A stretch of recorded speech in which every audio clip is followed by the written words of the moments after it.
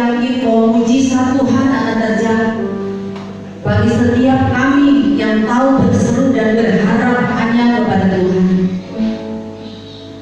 Bagi yang sakit pada siang hari ini, kami percaya mujizat kesembuhan terjadi bagi kami.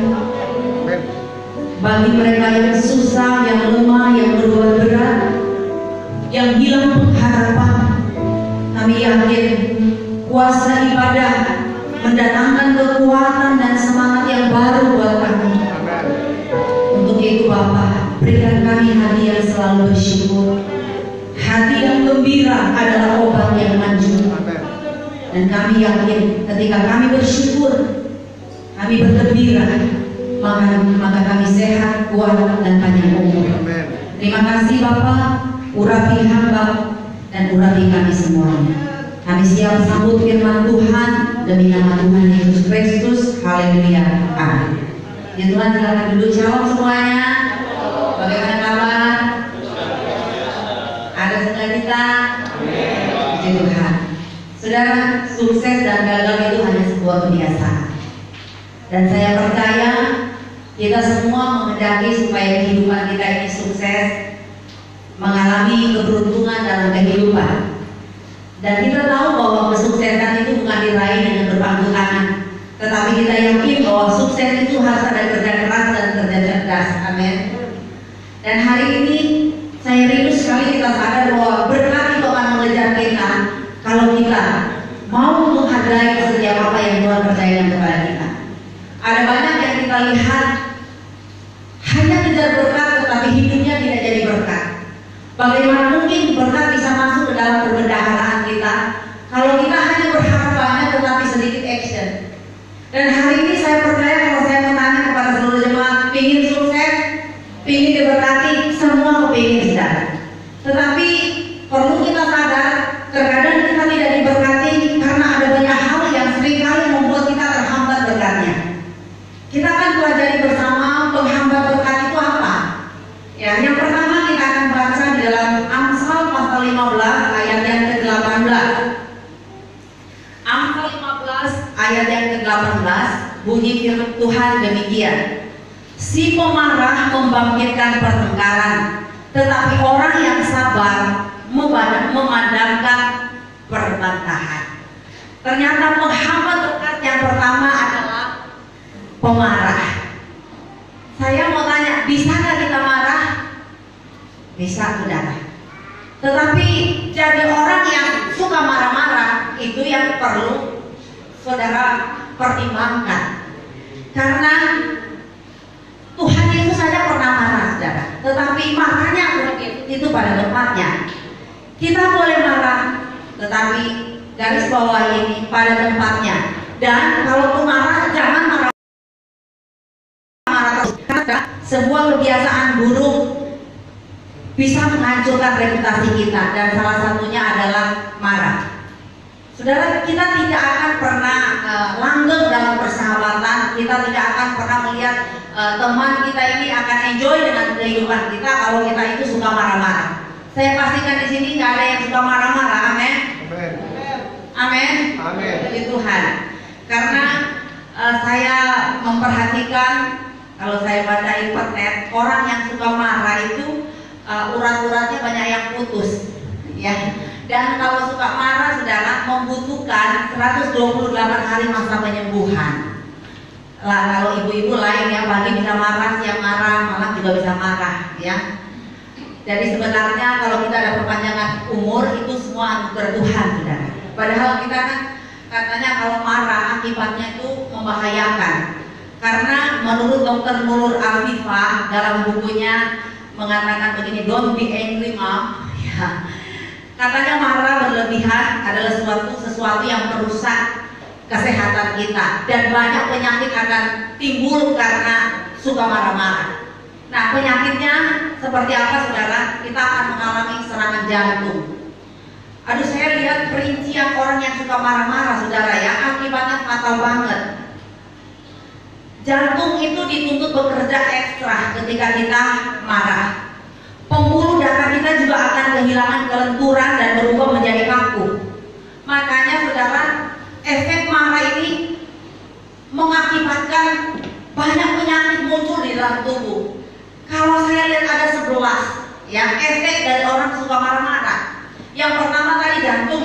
serangan jantung. Yang kedua, penurunan fungsi jantung.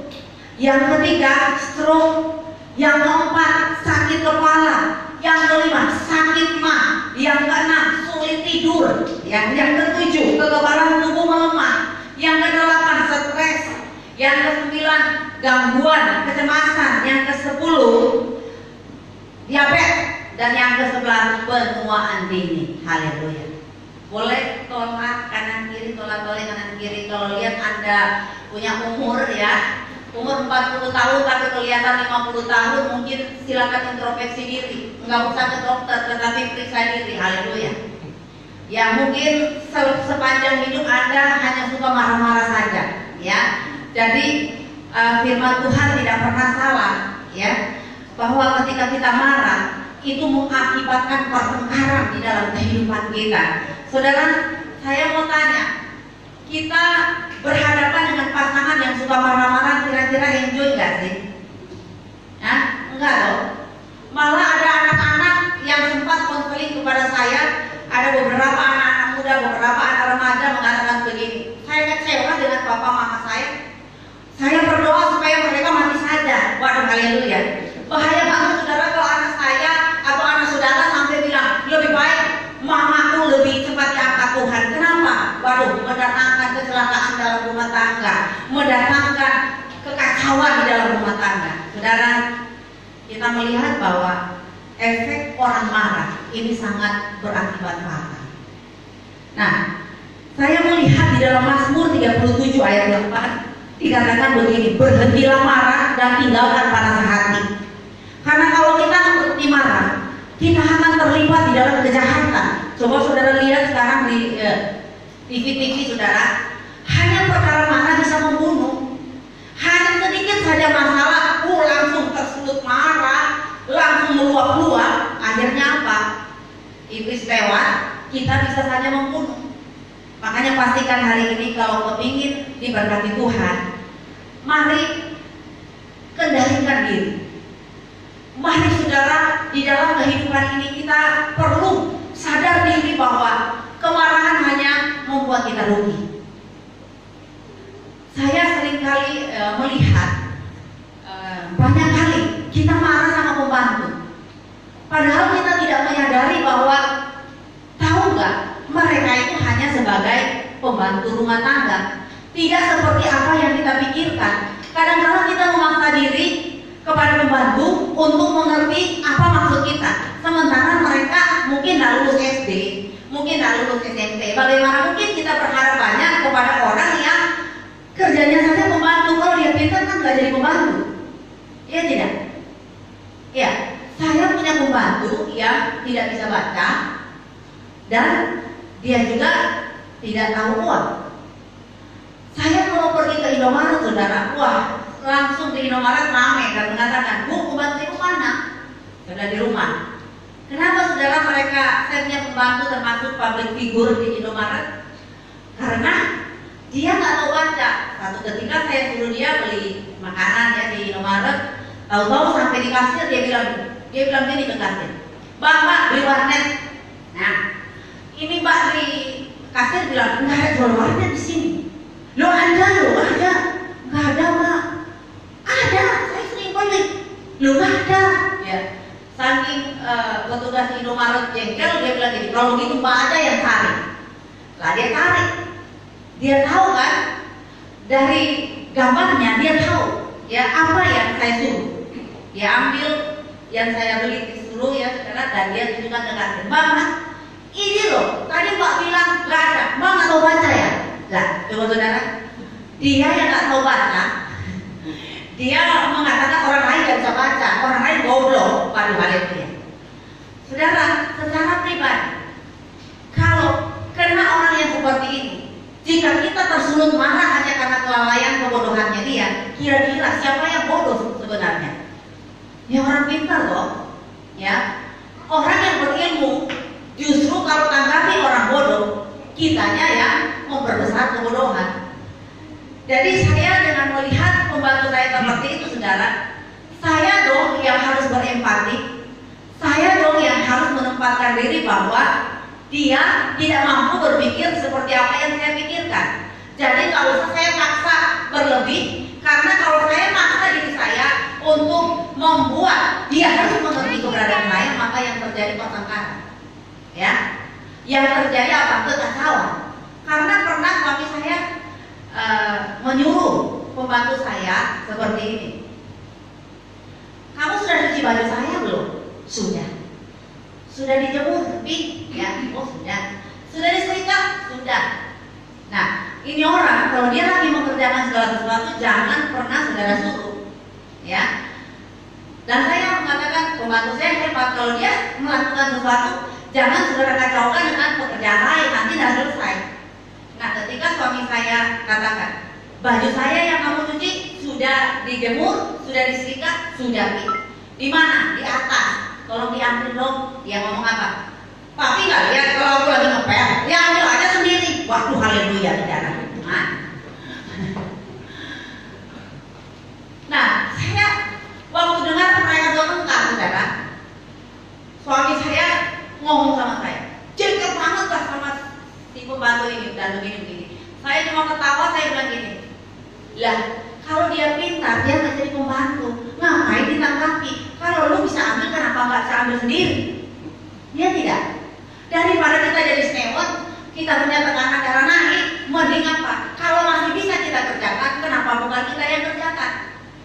Karena kita akan melihat prinsip kehidupan yang kedua untuk kita diberkati dan menjadi penghambat berkat itu seperti apa? Saudara, saya mau katakan, lakukan bagian, ya, kerjakan bagian. Jangan tuntut orang lain untuk mengerti engkau, tetapi mari mengertilah dengan perasaan orang lain supaya terhindar dari pertengkaran, sehingga Anda tiap hari nggak marah-marah. Betul? Saya tipe orang yang kalau lihat kotor, ya, namanya kalau kotor kan ya melelahkan gitu, saudara. Saya nggak suka. Yang terkadang, saudara, kalau saya lihat di toilet kotor, karena saya berusaha untuk membuat diri saya terkontrol dan terkendali, saya nggak perlu teriak sama pembantu saya, tolong lo kerjakan ini. Kalau kita sudah tahu bahwa itu kotor, kenapa tidak sih kita ambil langkah untuk mengerjakan sendiri? Karena kalau kita masih banyak lowongan, ya, kita nggak ada kerjaan, kenapa tidak kita berinisiatif untuk melakukan sesuatu? Nggak usah pakai marah-marah, saudara. Nanti itu menciptakan kebiasaan hidup yang membuat saudara rugi.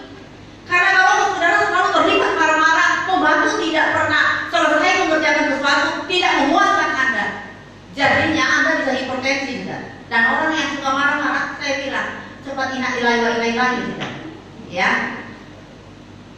Dan saudara perhatikan, banyak orang stroke bukan karena masalah makan, masalah tidak ada kendali diri. Banyak orang mengalami diabetes bukan karena dia terlalu banyak makan gula, tetapi apa, saudara? Membiasakan diri, memberikan celah untuk tiap hari marah-marah.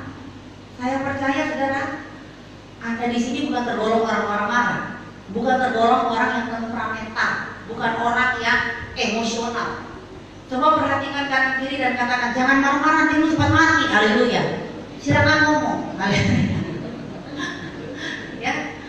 Pastikan bahwa kalau kita hidup bergaul karib dengan Tuhan, justru kita akan menghindari pertengkaran. Amin. Pertengkaran tidak akan pernah menyelesaikan masalah. Yang dapat menyelesaikan masalah adalah orang sabar. Amin. Dikatakan bahwa orang sabar dia akan menenangkan. Ya, orang sabar dia pasti akan mencari solusi. Sementara orang marah kerjanya hanya buat orang tengkar saja. Ya, makanya yang membedakan si pemarah dan si sabar, kalau pemarah membangkitkan atau menimbulkan pertengkaran, dia suka cari perkara setiap hari. Sementara orang sabar dia tidak mencari perkara dan dia justru menyelesaikan perkara. Itu bedanya. Dan dikatakan oleh firman Tuhan, orang sabar akan merebut kota. Orang sabar itu akan melebihi pahlawan. Saudara, sekalipun Anda ada alasan untuk marah, sebenarnya dan sebaiknya tenangkan dulu sejenak kehidupanmu, pikiranmu, baru saudara Anda bisa bicara. Karena kalau Anda lihat kesalahan langsung meluap-luap, bahaya loh saudara. Tiba-tiba serangan jantung, tiba-tiba Anda langsung mati saudara. Belum bertobat udah mati. Apalagi matinya karena marah-marah. Waduh, sia-sia ibadah kita saudara. Sia-sia kita memberi sedekah hanya karena marah, kita stroke mati saudara. Waduh, jangan sampai kita mengalami kerugian hanya karena masalah tidak ada kendali diri. Jangan sampai kita mati percuma hanya karena perkara marah. Ini hal mungkin sepele saudara ya. Tetapi saya pastikan orang yang bergaul kali dengan Tuhan dia punya kendali diri. Karena banyak kali kita nih ya hebat banget mengendalikan orang, tapi sulit untuk mengendalikan diri sendiri. Perintah orang cepat banget, tapi perintah untuk diri sendiri kurang. Makanya bersyukur saudara, karena saya tadi pagi ada tamu di rumah saya, dan tamu ini bilang, waduh gara-gara anak-anak ini streaming, emosi saya naik. Waduh haleluya. Dalam hati saya juga bisa begitu, ya. Tetapi saya sudah ngomong sama anak-anak saya kan, anak-anak saya kan 3 ya, yang pertama pria, yang kedua laki, yang ketiga lanang. Saya juga bilang, boleh silakan main game, silakan sesuka hati main game, tetapi kalau sampai PR tidak terselesaikan, itu derita lo, ya. Jangan minta pertolongan dari mami, itu derita lo. Yang kedua, boleh main, tetapi sampai mami dipanggil guru, mami sebelum Tuhan bertindak, mami bertindak duluan. Haleluya. Jadi mereka udah tahu saya memberikan kebebasan penuh kepada mereka, tetapi kebebasannya terkontrol. Ya terkontrolnya apa saudara? Harus menyelesaikan PR tepat pada waktu. Karena apa? Saya kasih aturan begitu keras dan mereka langgar, akhirnya aku yang neon di mereka. Waduh, yang rugi saya sendiri saudara. Lebih baik apa? Saya tenang aja, saya bilang kalau sampai nilai rendah itu dari lo, ya sampai naik kelas selain dari lo, aduh mami juga ya patah hati saudara. Tetapi sesungguhnya saya mengajarkan anak saya supaya bertanggung jawab dalam waktu, sehingga saya tidak akan selalu saling marah-marah. Makanya hari ini saudara, jika marah berakibat fatal dalam hidup kita, coba untuk minta kekuatan dari Tuhan, kendalikan diri. Saya percaya ketika kita berdoa, Tuhan kendalikan emosi saya, kendalikan diri saya. Saya yakin bahwa semua itu bisa terjadi. Apa sih yang tidak bisa dibuat oleh Tuhan?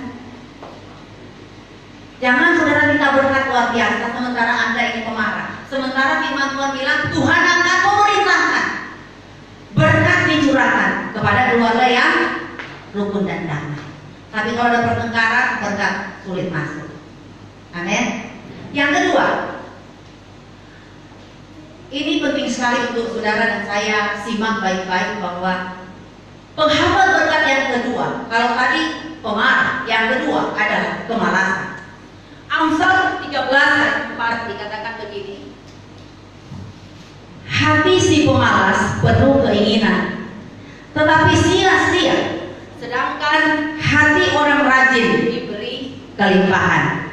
Saudara, kalau saya melihat arti umum tentang malas, artinya tidak mau bekerja atau tidak mau mengerjakan sesuatu.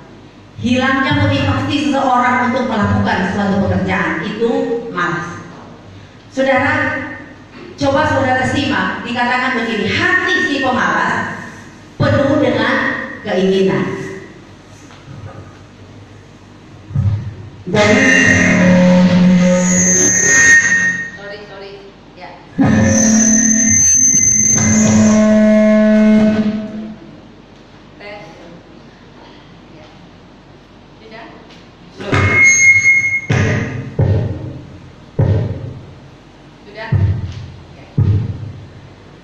Jadi kalau kita melihat bahwa orang malas keinginannya banyak, betul? Orang malas, kita lihat, waduh mimpinya besar, tetapi actionnya kecil. Orang malas punya impian, keinginan besar, tapi kerjanya tidak ada atau nol. Ya, makanya jangan pernah iri kepada orang rajin, karena ketika orang mengerjakan segala sesuatu dengan rajin, berkat Tuhan akan dicurahkan di dalam lubungnya. Sementara orang malas, dia selalu, wah kalau lihat ada, apalagi kalau di gereja tuh ya, kalau ada pekerjaan berat, besar, mau coba lihat, ya orang malas itu akan menghindar dari tanggung jawab. Malah dia akan muncul kalau kerja sudah selesai dan pura-pura jadi superhero. Ya. Orang malas itu selalu nampak ketika sudah tinggal sedikit tinggalkan baru dia muncul.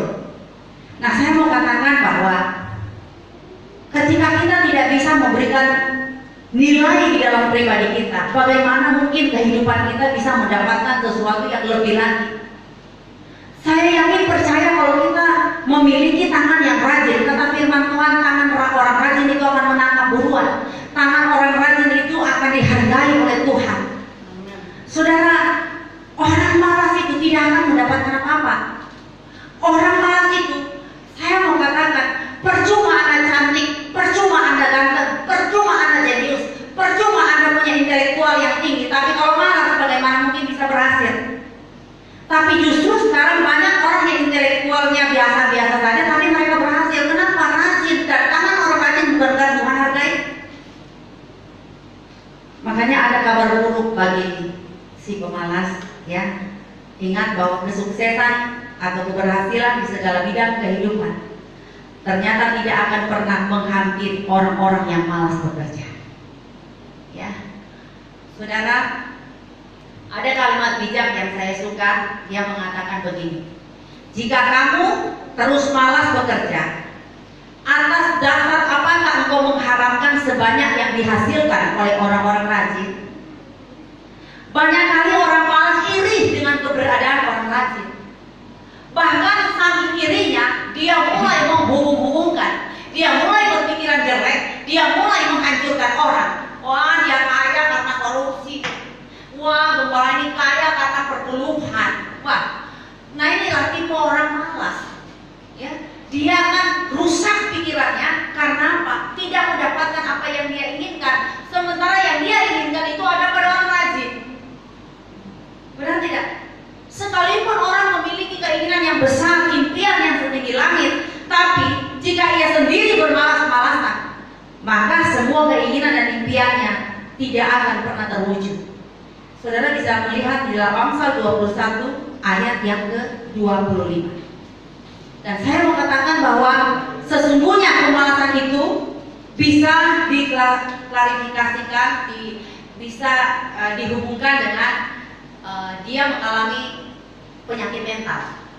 Ya, orang malas itu bisa dikatakan penyakit mental. Dan kalau penyakit itu terus diberikan, terus dipelihara, kalau penyakit ini terus dibiarkan dan terus dipelihara, maka kita akan lihat itu akan menghancurkan diri sendiri dan bahkan akan membawa dia kepada hal-hal yang membuat dia patah hati.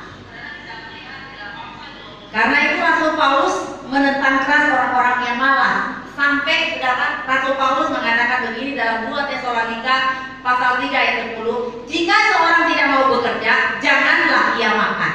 Waduh, luar biasa saudara ya, orang yang malas kerja gak boleh dikasih makan. Wah, saudara yang dikasih oleh Tuhan, bagi yang malas, kalau sampai tidak dikasih makan, ya jangan salahkan siapa-siapa saudara ya. Mungkin Anda harus periksa diri. 2 Tesalonika 3 ayat 8, coba saudara baca. Ya, Rasul Paulus memberikan contoh, ya. Kami tidak lalai bekerja di antara kamu dan tidak makan roti orang dengan percuma, tetapi kami berusaha dan berjerih payah siang malam supaya jangan menjadi beban bagi siapapun di antara kamu. Saudara, lihat bagaimana Rasul Paulus mengatakan bahwa dia tidak mau lalai bekerja karena dia tidak mau menjadi beban bagi orang lain. Saudara, ketika Tuhan memberikan kita satu tanggung jawab yang besar, berarti kita juga harus kerjakan sesuatu yang jauh lebih besar. Kalau Anda rindu diberkati lebih besar, maka tanggung jawabmu jauh lebih besar dan engkau juga harus kerja over limit. Ya tidak? Saudara, ketika saya dalam masa pandemi seperti ini, waduh, saya percaya seluruh dunia merasakan ya akibat atau efek dari pandemi global ini, saudara. Tetapi saya percaya orang yang selalu rajin bekerja di bawah matahari sambil mengandalkan Tuhan, dia tidak akan pernah mengalami kekurangan. Amen. Ya, saya percaya bahwa apapun yang kita kerjakan sambil kita berdoa di hadapan Tuhan, maka Tuhan akan membuka tingkap langit untuk memberkati kita.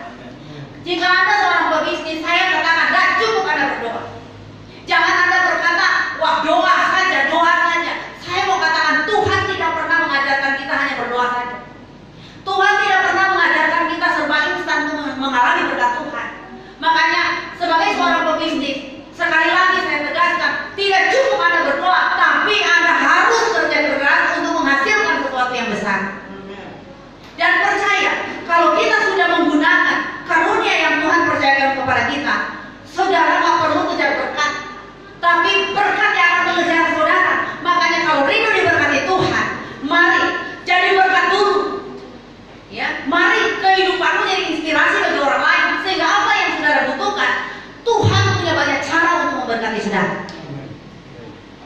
Saya mengalami, saudara ya, jujur ngomong ya, saya dikasih usaha ya sama jemaat. Walaupun saya ini pendeta ya, terus ada jemaat bilang, ibu, dia telepon saya dan mengatakan, ibu sebenarnya berhari-hari saya sudah pikirkan, kasihan ya kalau ibu pendeta, penghasilan dari mana ya. Tahu-tahu dia bilang gini, bu, saya maaf ya, dia minta maaf dulu. Maaf ya bu ya, saya punya sepupu jualan singkong keju. Bagaimana kalau ibu juga itu menjual singkong keju? Saya pribadi, kalau saya mau berdiri dengan kesombongan saya, dengan arogan saya bahwa saya pendeta ngapain jual singkong, saya nggak raja mau jual singkong, haleluya. Tetapi saudara, saya dengan senang hati saya bilang, saya siap, ya. Dan ibu ini mengatakan, saya kasih 100 bungkus dulu ya bu, dan ini gratis, silakan ibu kelola. Waduh, dikirimlah itu singkong keju dari Salatiga. Saudara tahu apa yang tak pernah saya duga dan tak pernah saya pikirkan, itu yang dikerjakan oleh Tuhan. Saya melihat bahwa ketika saya jualan singkong, saya menanggalkan gengsi saya. Ya, orang gengsi tidak akan melihat berkat. Orang yang suka gengsi terlalu berlebihan. Ya, gak bakalan saudara bisa melihat mujizat di dunia nyata. Dan buktinya saudara, saya melihat Tuhan membuka pintu-pintu berkat dengan hanya jualan singkong keju saudara di masa pandemi ini, karena kebetulan yang masakan frozen itu sangat diminati. Dan puji Tuhan, hampir setiap minggu, 1 minggu 2 kali dikirimlah si singkong keju dari Salatiga, dan saya melihat pelipat gandaan berkat terjadi. Ya, barusan minggu lalu ya, saya jualan singkong. Kebetulan saya pergi ke arah yang sama. Jadi saya bisa mampirkan singkong itu karena ada yang pesan 25 bungkus. Saudara tahu? Waktu orang ini beli 25 bungkus, ya, dia kasih saya 500 ribu. Tahu-tahu saya sudah di pintu rumah mau keluar, dia bilang, ibu, aku tergerak loh, aku ingin nambah, aku kasih 1 juta lagi. Loh saudara, lihat, ketika kita mau melangkah sedikit saja, tanggalkan gengsi, kita mau kerja keras sambil kita berdoa, ternyata berkat tersedia tak terduga. Hanya jualan singkong saudara, saya bisa melihat melipat gandaan berkat terjadi. Dan saudara, saya lihat ternyata Tuhan itu jauh lebih tahu kebutuhan kita. Saya baru keluar dari rumah itu, tiba-tiba anak saya SMS, mami, SPP yang mami kirim kemarin tuh kurang loh mi, kurang berapa Devon? Kurang 1,5 juta. Waduh, ini anak nih bau duit cepat deh. Saya baru terima 1,5 juta, dia udah SMS lagi. Aduh, haleluya. Tapi saya bersyukur karena ternyata dengan singkong keju itu saudara, saya tidak pinjam, saya tidak minta-minta. Seandainya saya melakukan sesuatu yang akhirnya membuat nama saya tercoreng sebagai seorang gembala, sebagai seorang hamba Tuhan, hanya karena perkara uang, kita hancur. Aduh, gimana loh saudara, gak enak banget. Tetapi saya mau katakan, kunci kita diberkati, jangan pernah kita malas, jangan pernah bermasa bodoh, ya, jangan berpikir doa udah cukup, gak cukup saudara, harus kerja keras di bawah matahari. Nah, saya melihat ciri orang malas, siapa tahu itu ada pada saudara dan juga termasuk mengoreksi saya. Ciri orang malas kita akan perhatikan. Yang pertama, penyelesaian tugas dan tanggung jawab itu biasanya suka ditunda. Ya, orang malas suka tunda-tunda kerja. Ya, jadi yang menjadi yang menjadi alat kuncinya, yang menjadi kata kunci yang digunakan oleh orang malas, boleh saudara baca di dalam Amsal pasal 6 ayat 9 dan 11. Ya, yang pertama, sebentar lagi, nanti saja, itu mah gampang, ya, itu pasti akan selesai. Itu orang malas. Dia menggampangkan segala sesuatu dan mengatakan sebentar saja, nanti saja, gampang, pasti selesai. Padahal nggak akan selesai karena kita memberikan tugas kepada orang malas, pasti nggak akan selesai. Ya, saya sering tegur anak saya, ya, kalau sudah jam 8 kurang 15 atau setengah 8, saya harus bangunkan mereka karena ada acara streaming. Ya, banyak kali saya temukan, ntar lagi nih 5 menit lagi, 5 menit lagi. Oh, banyak kali saya bilang, malas saya bangunkan. Ada terlambat untuk ikut streaming, dimarahin sama guru, saya bilang itu dari kau, ya. Kalau saya terus-menerus bangunkan mereka, waduh, kalau saya nggak ada di mana? Akhirnya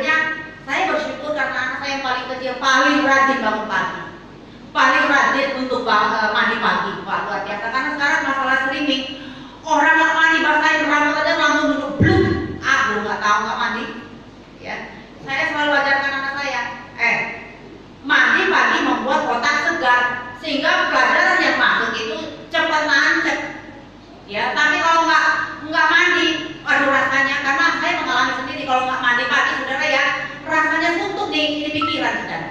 Ya, jadi ternyata kalau kita membiasakan diri untuk rajin, tidak malas, maka segala sesuatu jadi enteng-enteng saja.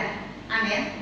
Nah, ciri orang malas yang kedua adalah lebih suka santai daripada berfokus pada pelaksanaan tanggung jawab. Coba lihat ya, orang malas senangnya santai-santai saja.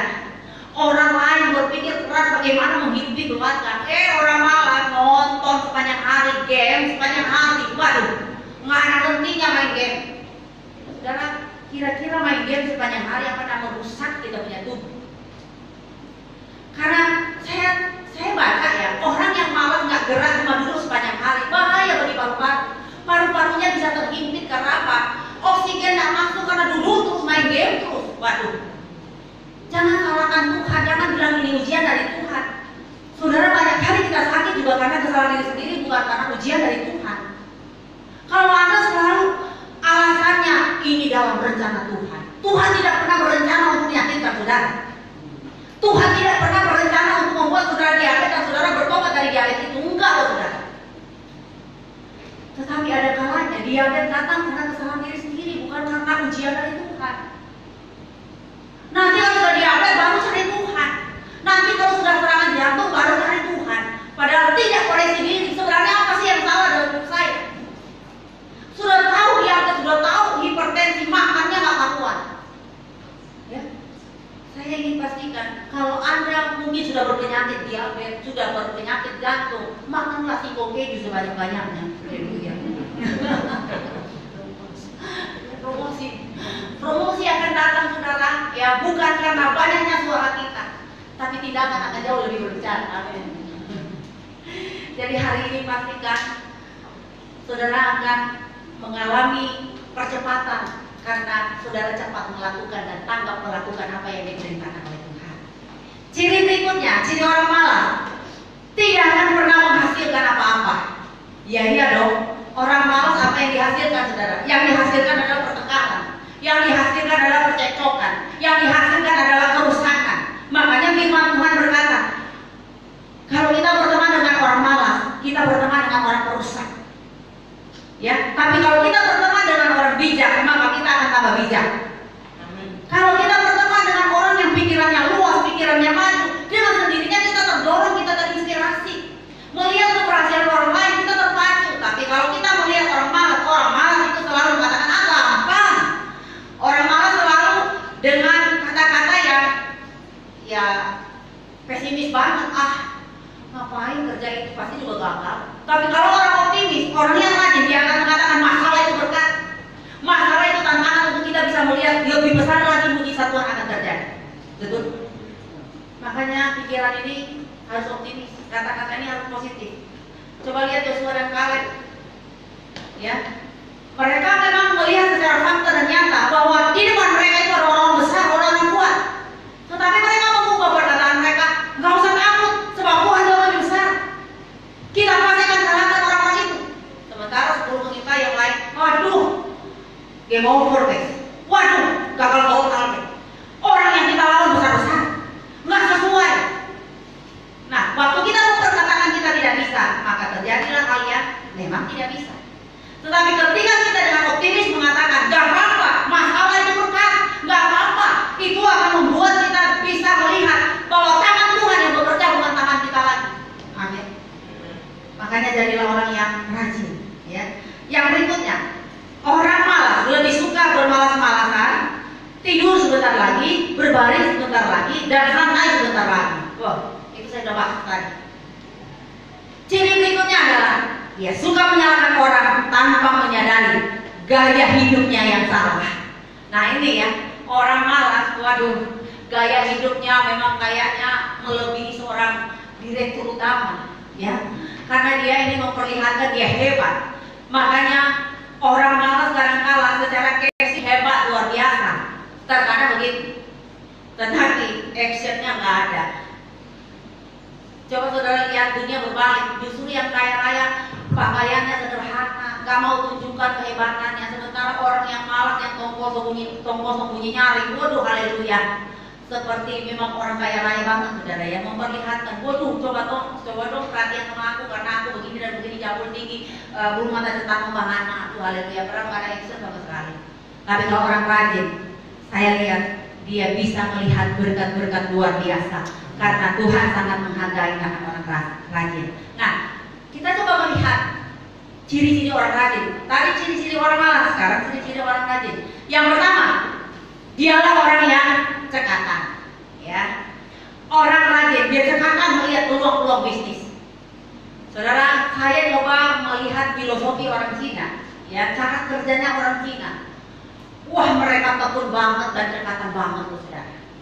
Kalaupun mereka hadir dalam pertemuan-pertemuan ini, saya baca loh ya filosofi orang Cina.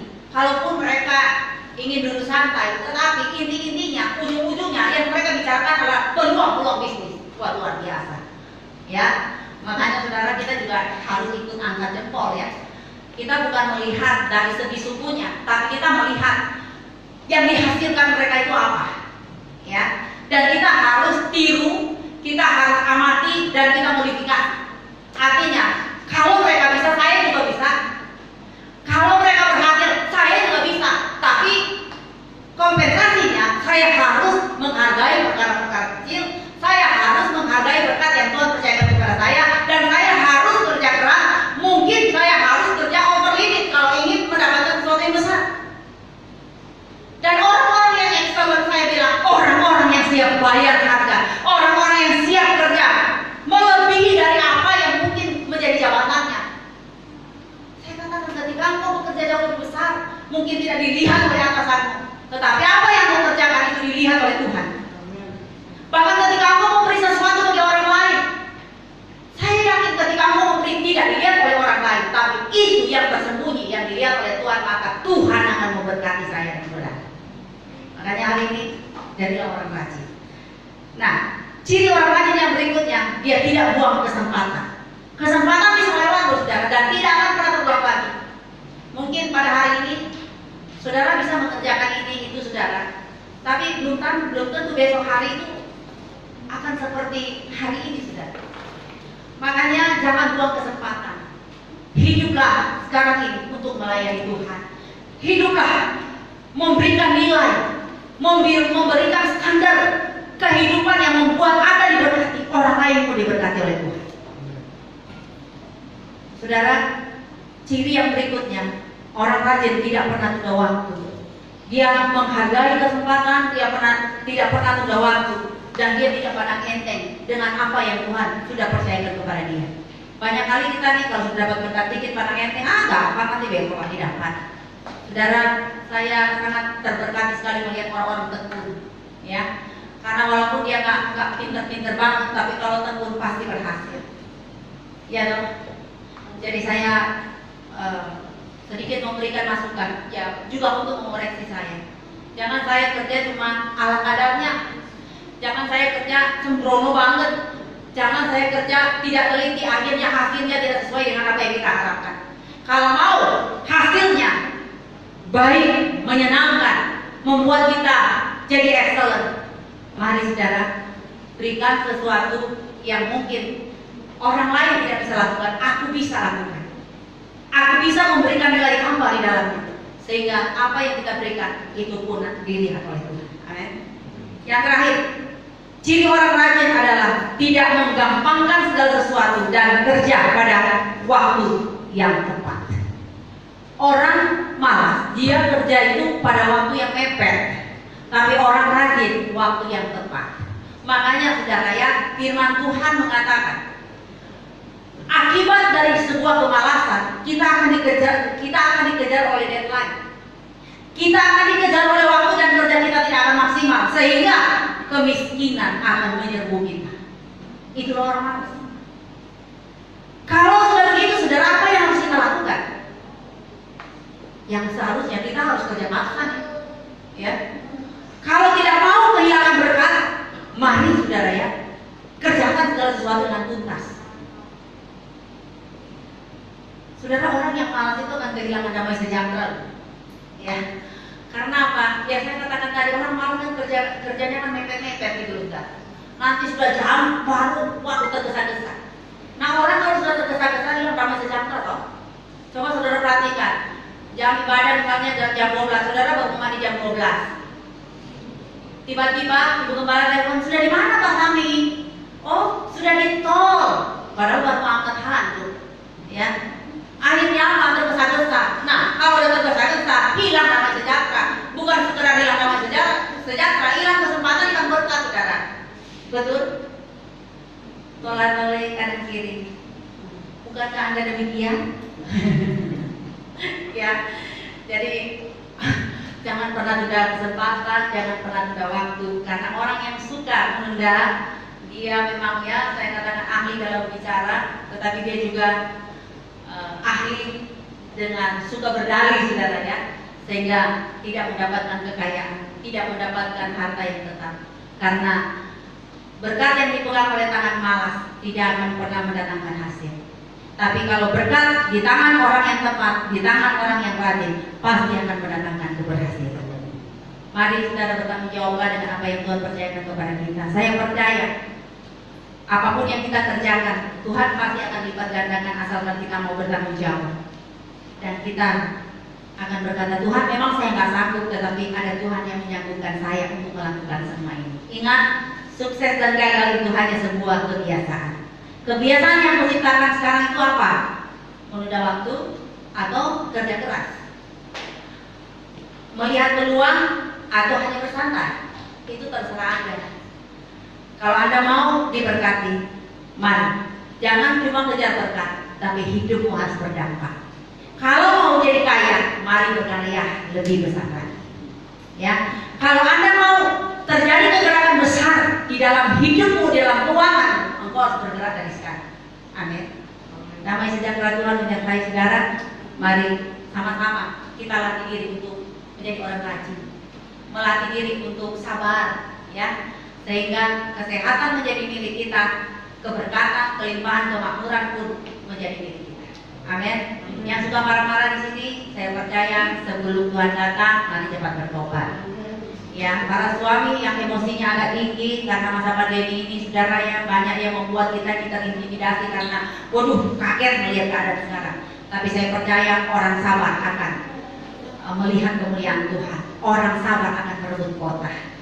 Gak usah marah, sabar, tenangkan diri. Mari berlutut di kaki Tuhan. Ingat, bagi Tuhan tidak ada yang mustahil. Tidak ada yang mustahil. Kenapa?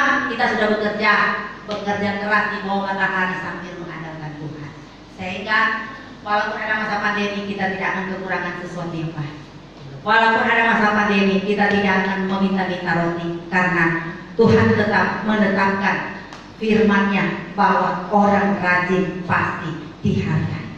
Dia tidak akan kekurangan. Dia tidak akan mengalami masa di mana harus minta-minta, tetapi berkat yang Tuhan siapkan dalam perbendaharaannya selalu dengan berkat berkelimpahan.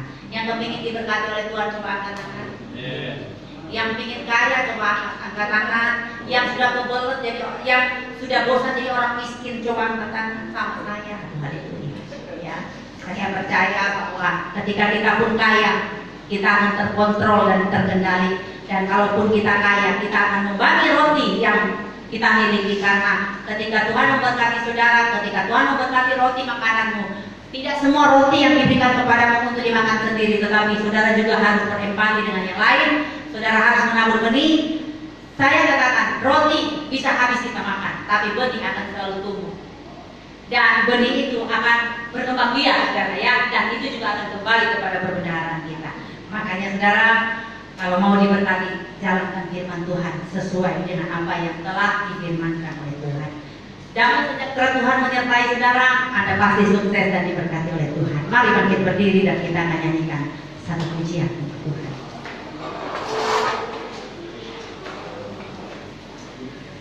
Kita nyanyikan, hidup ini adalah kesempatan.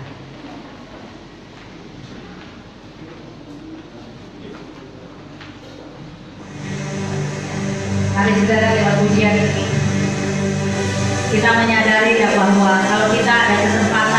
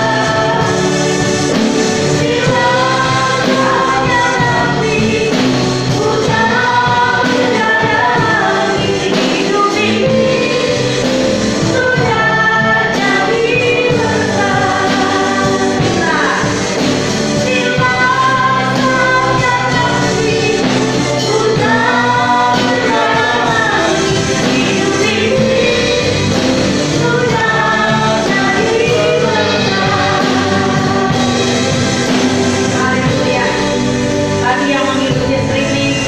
Saya percaya Anda juga diberkati oleh Tuhan. Walaupun Anda sekarang ini ada di rumah masing-masing, tetapi saya percaya Tuhan ada di dalam kehidupanmu. Tuhan berkati Pak Jumono, Tuhan berkati Pak Sandra, Tuhan memberkati Ibu Diana, Tuhan berkati Pak Daniel, Ibu Ruth, Ibu Sukesti, Ibu Vanessa, Ibu Yeni, Pak Timothy, semua diberkati oleh Tuhan. Saya percaya bahwa Anda pun akan mengalami berkat spesial dari Tuhan. Semua yang mengikuti streaming, angkat tangan bersama-sama dengan seluruh jemaat yang ada di GGP Cempaka Surabaya. Anda terima berkat spesial dari Tuhan. Apa yang tidak mungkin itu yang dikerjakan oleh Tuhan. Makanya dengan semua masalah yang terjadi dalam hidup saudara, dengan badai yang terjadi dalam hidup saudara, sebenarnya itu membuat kita terkoneksi dengan Tuhan dan terkoreksi dengan Tuhan. Kalau ada yang salah di dalam diri, mari datang kepada Tuhan. Kita langsung connect dengan Tuhan dan kita koreksi diri. Apa yang salah di dalam diri? Hari ini saya percaya jemaat Tuhan semuanya akan mengalami percepatan, akan mengalami pelipat gandaan berkat. Karena firman Tuhan sudah berkata hari ini, tangan orang rajin pasti akan tangkap buruan. Tangan orang rajin pasti akan dihargai. Bapak, kalau kami seringkali juga tersulut dengan marah-marah, cepat emosi, Tuhan tolong kami supaya kami ada pengendalian diri. Jangan sampai kami hanya hebat mengendalikan orang, tapi kami kurang hebat mengendalikan diri kami. Ampuni kami Bapak, dan biarlah hidup kami benar-benar berdampak sehingga orang lain melihat kami karena ada sesuatu yang berbeda di dalam diri kami. Tuhan tolong supaya semua jemaat yang ada pada siang hari ini, semua yang ikut streaming pun akan mengalami pemulihan, akan mengalami pencerahan yang baru. Keuangan kami diberkati, usaha kami diperlancar. Tuhan buka pintu-pintu berkat atas setiap kami semuanya. Terima kasih Bapak. Ini yang menjadi doa kami, dan kami kembalikan segala hormat, pujian dan kemuliaan hanya bagi nama Tuhan. Terpuji nama Tuhan, kami berdoa dan bersyukur. Haleluya. Amin.